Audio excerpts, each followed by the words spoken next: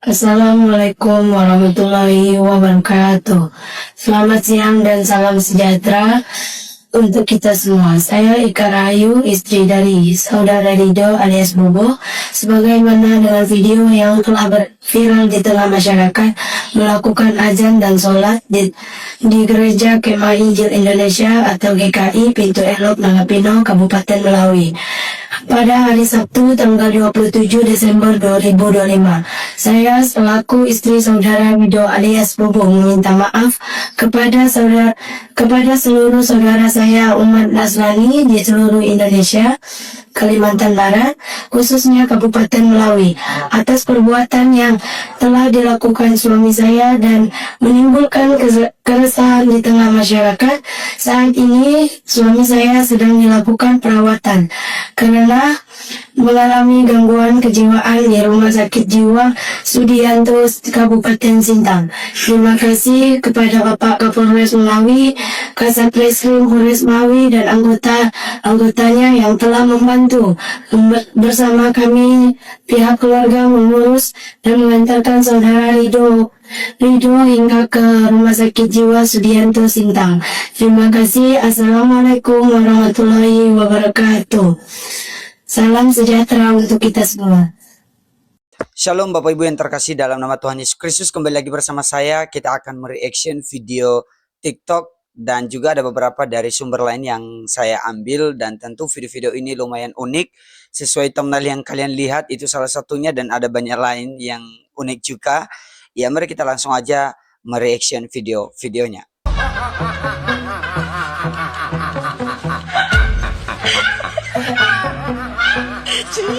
Ya, nggak tahu ya apakah memang mungkin ini di samping rumah atau nggak ada tempat lain. Kenapa mereka harus melakukan kegiatan ini di dekat kuburan? Ya, kita nggak tahu alasannya. Jadi kita juga jangan sekedar menghakimi gitu ya. Tapi agak lucu aja sih.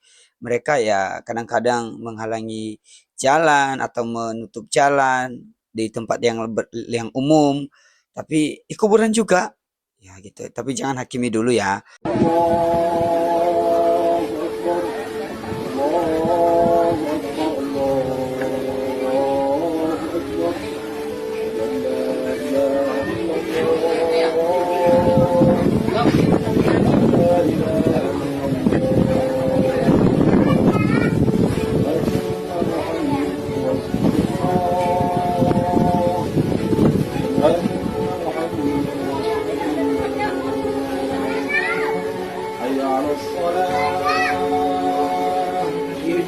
Lucu juga ya ini, setelah sholat azan di depan gereja dan Candi Prambanan, sekarang giliran Borobudur. Ya saya nggak tahu apakah di agama mereka apakah ini boleh seperti di tempat ibadah orang lain, di tempat kuil agama lain, saya nggak paham. Tapi yang tahu silakan komen. Tapi mari kita nonton, ada dua yang berkomentar tentang video ini. What is wrong with you ya, Syekh? Nggak cukup tak adzan di musola, di masjid, di telinga bayi antum yang baru lahir, sampai-sampai harus adzan di Borobudur gitu loh. Oh, jangan-jangan antum ini pengikut sekte yang percaya bahwa Borobudur itu peninggalan Nabi Sulaiman ya? Sehingga Borobudur dianggap sebagai musola atau masjid gitu. Itu sekte sesat, Kiai. Setahu saya, adzan itu kan panggilan untuk sholat. Antum mau sholat di Borobudur? Oke. Beberapa ulama fikih membolehkan kita sholat di tempat ibadah umat lain. Tapi ada syaratnya. Plus, urgensi dan konteksnya itu harus jelas. Nggak sembarangan. Jujur, yang antum lakukan ini menurut saya itu sikap arogansi sebagai umat mayoritas. Antum empati. Antum pernah kepikiran nggak sih kalau misalnya posisinya itu dibalik gitu? Ada biksu yang baca parita di musola. Gimana perasaan antum? Jelas tantrum. Atau bahkan bilang penistaan agama. Padahal yang menistakan agama itu antum sendiri. Please lah. Gak usah terlalu banyak tingkah, Kiai. Konsekuensinya, yang nanti image-nya tambah rusak, yaitu Islam. Nah, saya lumayan setuju ya, Bapak ini memberi pencerahan. Bapak ini memberi pencerahan dan apa yang disampaikan ya ada benarnya juga. Gitu. Jadi seharusnya ya ada aturan mainnya gitu loh. Dan kemudian kalau sebaliknya dilakukan kepada mereka hal yang sama, mungkin di tempat mereka beribadah, orang lain memuji Tuhan, orang lain berdoa dengan agama lainnya, apakah mereka suka, apakah mereka terima, atau malah sebaliknya.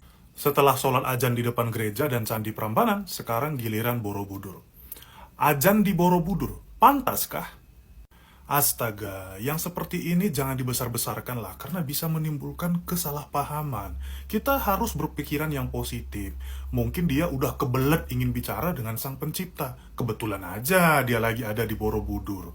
Meskipun memang akan lebih baik lagi kalau beribadahnya itu di tempat yang tepat, contohnya masjid atau musola.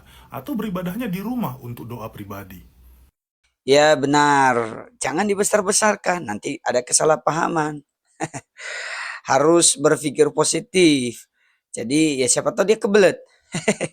Oke, kita next ke video berikutnya.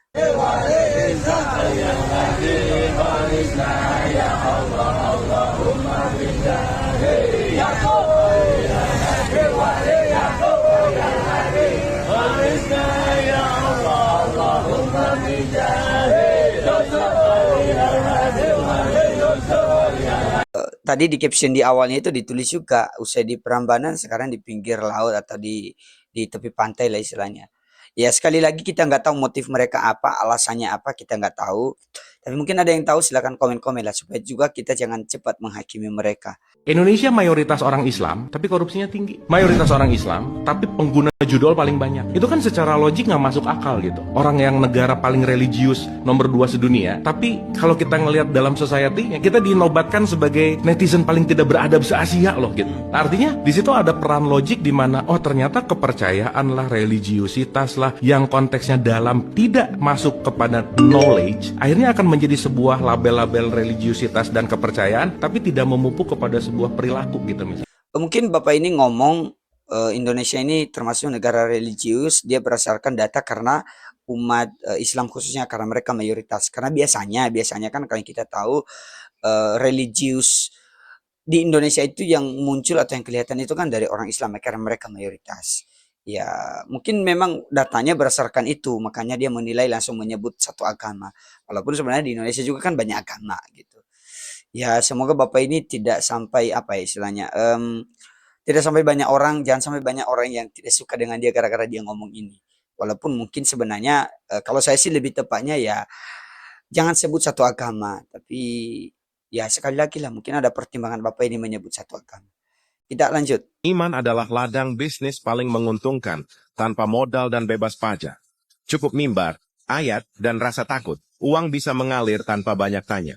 Isi ceramahnya bilang uang gak dibawa mati, tapi untuk ngundang ceramah perlu bayar puluhan juta. Katanya jangan cinta dunia, tapi tiap kumpul selalu minta donasi yang gak transparan penyalurannya. Ironisnya, banyak pemuka agama hidup mewah dari uang jamaah. Mobil mahal, rumah besar, liburan mewah. Sementara jamaahnya pulang ke rumah sempit, utang banyak, hidup pas-pasan. Menjual janji surga dan ketakutan tentang neraka. Semakin orang takut, semakin lancar pemasukan. Iman yang harusnya menguatkan yang lemah, malah dipakai mengamankan gaya hidup segelintir orang. Selama uang jamaah bisa dipakai tanpa laporan, bisnis ini akan terus jalan dengan keuntungan dari kepatuhan orang lain. Ya juga sih, katanya kita bukan cari duit, tapi toh juga ending-endingnya ya minta donasi, ya kumpul uang, dan lain-lain. Kalau kalian pernah lihat kan ada seorang pembicara, enggak tahu dia itu kiai atau gimana, tapi ketika dia bilang dia membeli sesuatu gitulah yang berkaitan dengan Nabi, kemudian dia minta donasi di waktu yang tepat, di hari yang di saat dia ngomong itu gitu loh. Kenapa kalau soal agama, masyarakat kita tiba-tiba paling suci, tapi perlakuannya ke manusia lain sering lebih kejam daripada yang nggak beragama? Pertama, karena di sini agama itu sering dijadikan status sosial. Yang penting terlihat beragama walaupun hati dan akhlaknya udah bobrok dari lama. Kedua, kita hidup di masyarakat yang lebih suka menghakimi daripada membantu. Semua orang pengen jadi juri moral, padahal hidupnya sendiri masih butuh banyak perbaikan. Ketiga, kalau ada yang beda pendapat dikit aja langsung dicap sesat. Seolah-olah Tuhan butuh pasukan pembela yang tugasnya menyerang orang lain tiap hari. Dan bagian paling parah, banyak yang teriak agama itu damai, tapi siap memerangi siapapun yang nggak nurut cara mereka beragama. Sih, nggak tahu kenapa bisa begitu ya. Coba kalian komen lah, gimana menurut pendapat kalian terkait hal ini ya. Apakah memang benar seperti itu? Saya sedikit takut dicolek, kemudian apa istilahnya ya, ritualnya bagus, tapi untuk sesamanya juga kadang kurang bagus. Atau mungkin dalam hal mempertahankan, membela agama itu bagus, tapi kalau ada kejahatan di luar, ya diam-diam baik gitu. Apalagi kalau itu di luar agama ya. Kenapa di negara maju banyak orang meninggalkan agama? Jawaban sederhananya, karena fungsi agama sudah digantikan negara. Dulu, agama hadir buat menjawab rasa takut, butuh keadilan, dan harapan hidup setelah mati. Tapi di negara maju kayak Swedia, Norwegia, Denmark, semua itu udah disediakan negara.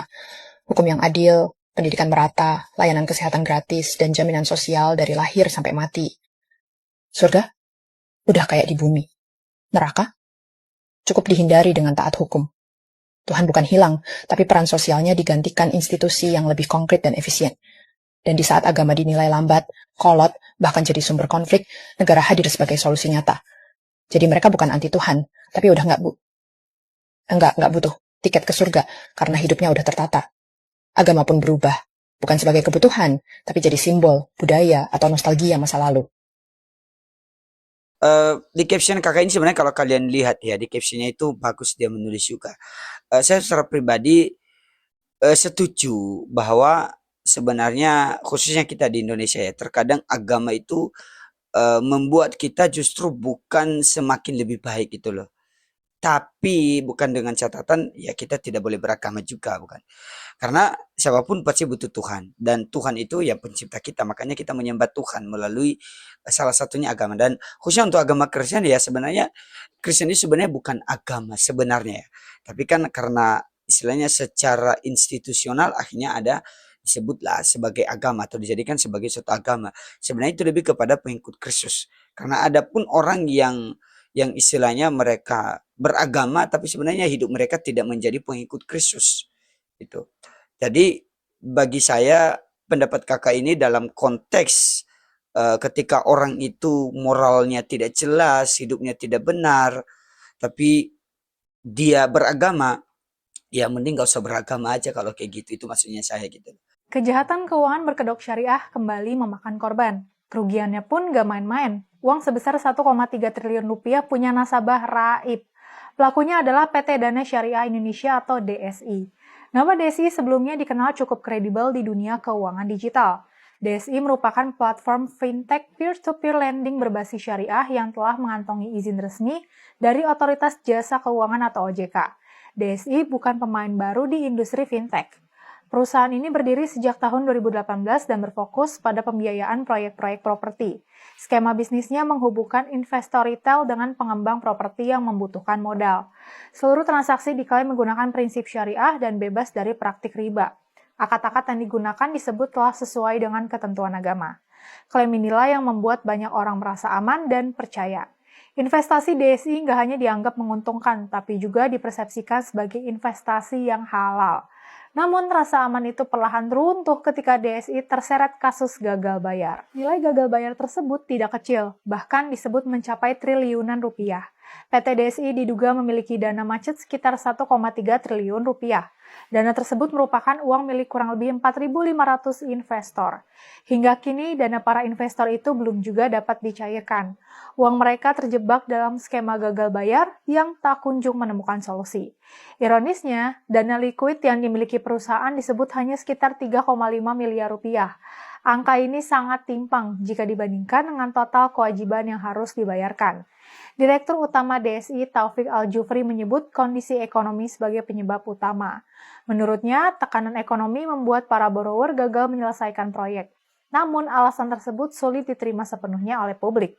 Banyak pihak mempertanyakan lemahnya manajemen risiko sejak awal. OJK akhirnya menjatuhkan sanksi pembatasan kegiatan usaha sejak 15 Oktober 2025. Meski begitu, hingga hari ini perjuangan para korban masih terus berjalan. Salah satu korban, sebut aja namanya Desi, mengaku tergiur imbal hasil hingga 18% per tahun.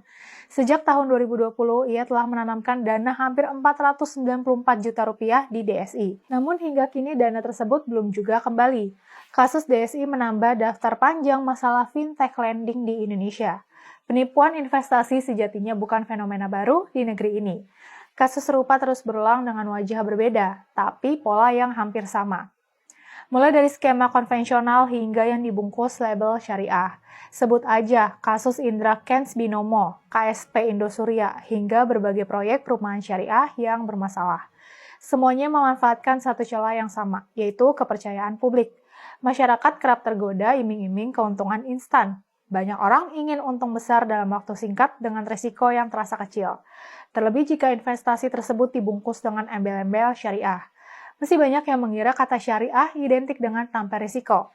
Disinilah celah dimanfaatkan oleh pihak yang tidak bertanggung jawab. Padahal semua bentuk investasi tetap memiliki potensi gagal. Label syariah, halal, dan tanpa riba kerap dijadikan alat pemasaran untuk menekan kecurigaan. Ketika agama dan janji keuntungan dipadukan, kewaspadaan publik pun menurun. Kasus DSI seharusnya menjadi alarm keras bagi semua pihak.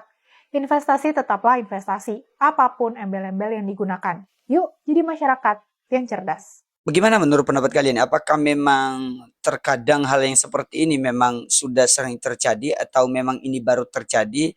Atau kita diam aja ketika kita melihat hal seperti ini supaya kita jangan dianggap juga melecehkan sebuah agama? Silakan kalian komen-komen saja. Tapi saya suka karena gerakan Peace ID juga membongkar lah istilahnya, membongkar salah satu hal seperti ini. Jadi seolah-olah tersembunyi di balik nama syariah, tapi sebenarnya ada juga kedok yang jelek di belakangnya. Baik Bapak Ibu, demikian aja. Semoga kalian suka dengan video ini. Kalau kalian suka silahkan berikan like, silahkan komen, dan silahkan berikan tanggapan kalian. Tuhan Yesus memberkati kita semua. Sampai jumpa kembali pada video berikutnya. Shalom.